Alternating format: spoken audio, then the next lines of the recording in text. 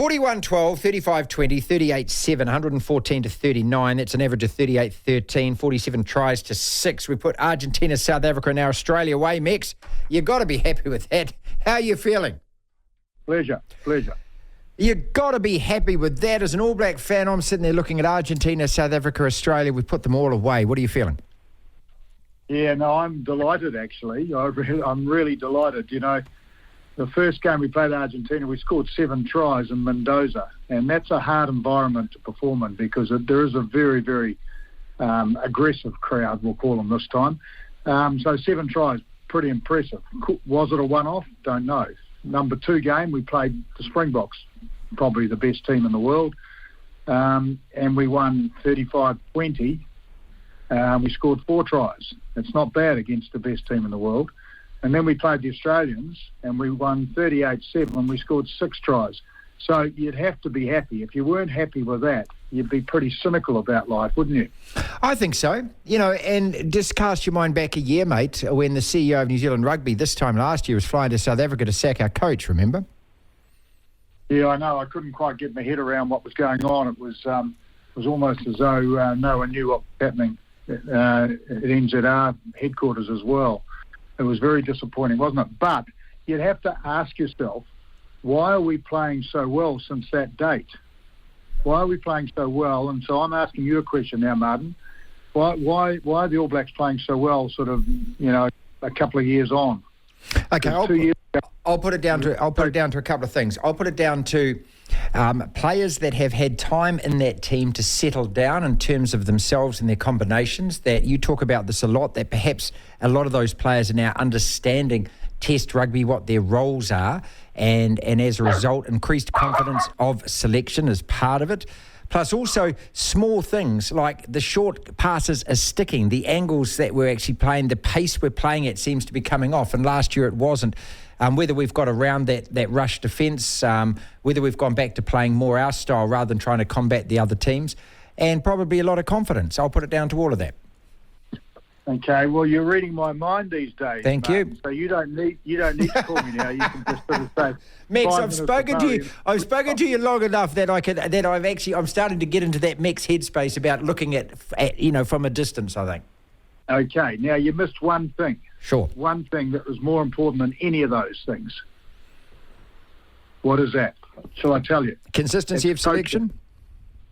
It's coaching. Coaching, all right. Yeah, all those things, consistency of selection, all those things you said are dead right. But the most important thing, and in fact, I live by this because, 22 years ago I started IRANS, or 23 now, I suppose, and, my emphasis was on the development of world-class coaches. That's what I wanted to do. To do that, I had to be developing players as well, because you can't have coaches just coaching theoretically. You've actually got to have, the real deal going on.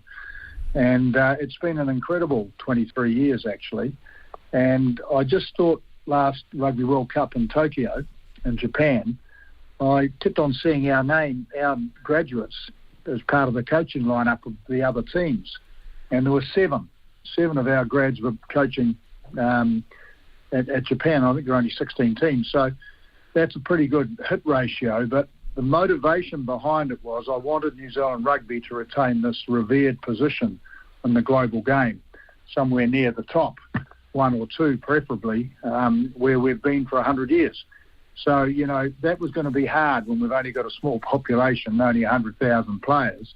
So we had to be better than everyone else. And how are we going to be better is if we have better coaches. So coaching is the most important thing. Now, I don't know how long ago it was now, 18 months ago, was it?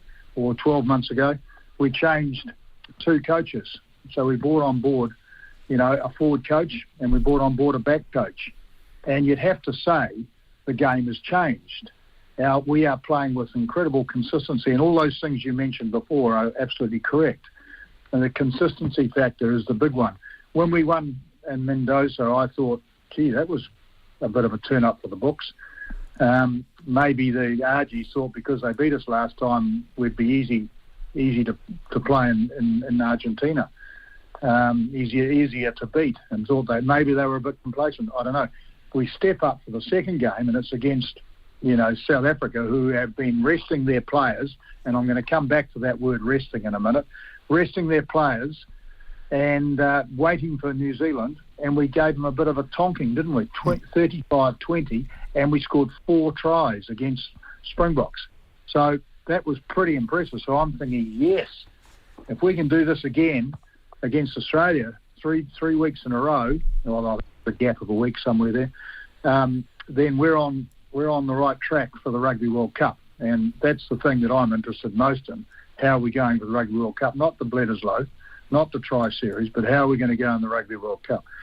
So I was delighted to see us give Australia a real tonking, because at half-time, it was anybody's game. It really was. They were very competitive. And I've always said that, and when you're playing against top teams, you can feel how competitive they are. And the measure of whether they're ranked 1, 2, 3 or 15 is how long that team can remain competitive during that 80-minute session. And, the Aussies ran out of steam, I think, probably after about 50 minutes. And so, they were competitive. But it does mean that we're on the right track. We are doing well, and the introduction of these 2 coaches, have made a huge difference to the team, particularly in consistency of selection and consistency of performance. And it's no surprise or fluke that they're side by side, those 2 words, consistency of selection and consistency of performance. So, yeah. So that's what I reckon. That's what I reckon is going well. Well, Mexted, so do you give credit to Ian Foster, or do you give credit to the fact that, hey, 2 guys left, 2 guys were replaced? I mean, he is still the guy in charge, so these are his decisions to make, aren't they? Absolutely, particularly with what you said about the New Zealand Rugby Union. And you did right. Ian Foster has been the common denominator here. He obviously took over the head coaching job, which he hadn't done. Hadn't been a head coach for how many years? Not sure. Quite a few. Yeah, about 8, 10. I think it was. Yeah. Mm. Yeah, 8 was it? Yeah. And anyway, he and he found it very challenging initially, and I think he needed specific support in areas that he maybe didn't have it, and he saw Joe Schmidt as one of those characters for sure. And you'd have to say the forward performance in the front row stood out. On the weekend it stood out, didn't it? We had, our front row that looks like it's a stable unit now, with a Low Mexted group and Cody Taylor. That looks like it's our number 1 front row, and they're doing a fantastic job against all opposition. In the second half, our scrum wasn't as good, was it? I mean, sometimes you've got to say, well, maybe the Aussies changed their players as well, and they did, and they had a bit of trouble. But, we've sorted out the scrum, and that's a real big one. So, sorted out the scrum. Our backs are playing far more competitively. They're scoring a lot of tries, and there's continuity. So, you'd have to say Ian Foster's a man that has made the moves. He made those decisions. He made those appointments, and they seem to have had some compatibility. We saw Joe Schmidt stand up and say, hey, I don't want to be part of all this silly sacking of coaches left, right and centre. I've committed myself to assist Foster, and that's where it lies. So, he was good, I thought, in a moment of crisis, and he's proving the same way with the All Black team now. So, yeah, I think it's all good. You're going to have to congratulate Ian Foster. It's about time some of the media started doing that. I agree with you entirely, mate. I've got 2 things I want to ask you about. And one of them is, obviously, with no Sam Cane there, how you saw the breakdown work, because Papali'i, as you always say, is a completely different player. And I thought it got messy in that second half especially. We didn't kind of retain the same consistency of ball, but we did pile on the points 19-0. And also whether or not you think that now that the Bledisloe Cup has been won, we've got 2 more tests to play, Aussie and South Africa, and whether or not you think that we should be making some changes, giving guys a run, or we should stick with this team and just let them play together. But let's go back to the loose forwards thing. What was the biggest adjustment that you thought with no Sam Cane? Yeah, no, I thought we missed him big time at the breakdown. We missed Sam Cane. There's no doubt about that. And if I was selecting the team to play in the next game against Australia, because there's 2 schools of thought out there. I hear the media, and there's different schools of thought. I hear the media saying change the whole lot. Give everybody a rest. Play the other 15. And then I hear some other people, probably a bit more astute, saying, no, maybe change one or two players because we want to continue with the continuity. And I'm the second school of thought. I think that we play the same team, except we play Sam Cane again at open side flanker.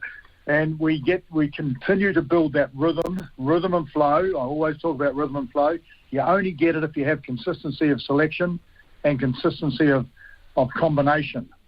And then it becomes instinctive. The combination becomes instinctive, and nobody even realises that it's instinctive. It looks so nice and tidy, And it's so I'm a great one for keeping the same group together and playing the same group again and continuing to build rhythm and flow. Just put Sam Cane at open side because he's a specialist open side. So on that subject, Papa Lee, in my view, and I'll repeat what I said on previous programs, is worthy of being in that All Black team and worthy of being at the Rugby World Cup. But he's not an open side. He's not a specialist open side flanker. In fact, he's only played open side flanker since he left school, which is probably only about 4 years or something. He was number 8 when he was at school. So, and I think that's what he is. I think he's ultimately a number 8, but he needs a bit of time in the saddle there. So I'd be playing Sam Cane, and in those midweek games at the Rugby World Cup when we play, is it Uruguay and even Italy maybe, I'd be having a look at Papa Lee in the number 8 jersey because obviously Artie can play 7 just as well as he can play 8, and it's nice to have cover in both positions. So that's what I'd be doing. I would only be making one change, put Sam Cane back in and play the same team and build more rhythm, and then go off 2 weeks later to Twickenham. I mean, isn't that incredible? 83,000 people sold at Twickenham for South Africa versus New Zealand, in the middle of England. Brilliant, isn't it? Well, it's always the number one. I mean, we always bias, mate, but it's the number one test match in the world. I don't care what anyone says. The All Black Springboks is the pinnacle to me. It always will be. And has it ever been neutral before? I don't think I can remember them ever playing anywhere. Well, we have mixed because we played, remember, a 3rd and 4th place playoff in '99, I think it was, wasn't it? Didn't we play? And we were over there. We've also played, obviously, in Japan at the start of the next World Cup. So we've played away from either South Africa or New Zealand a couple of times. But they are, for what is it, kind of I suppose, a friendly test or a warm-up test, I think you're right. This is the first one outside of a competition. I don't think it's a friendly. Sorry, bad word. I don't think it's friendly at all, mate. Yeah, there won't be any of that, no. If you'd played against the Springboks, you wouldn't have used that word friendly. There's nothing friendly about the All Blacks versus the Springboks. It is a competition between consistently the two best teams in the world over the last 100 years. And they're playing the game at arguably the best rugby stadium in the world. And yet it's a neutral ground. So it's extraordinary. This is an extraordinary match, actually. Thank goodness I'm there. Devlin. Oh, how does he do that? How does he do that? The Platform.